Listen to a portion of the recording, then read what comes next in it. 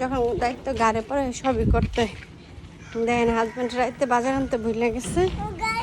এখন সকালবেলা এই দেখেন হাজব্যান্ডের লোক বাইরে গেলাম, বাজার নিয়ে এলাম, ব্যাগ ভর্তি বাজার নিয়ে অর্ধেক রাস্তা নামাই দিছে, হাইটে এটা বাসা যেতেছি।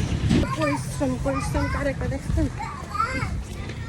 এগুলো হলো নিজের দায়িত্বের পরিশ্রম, করতেই হয়, ঠিক আছে।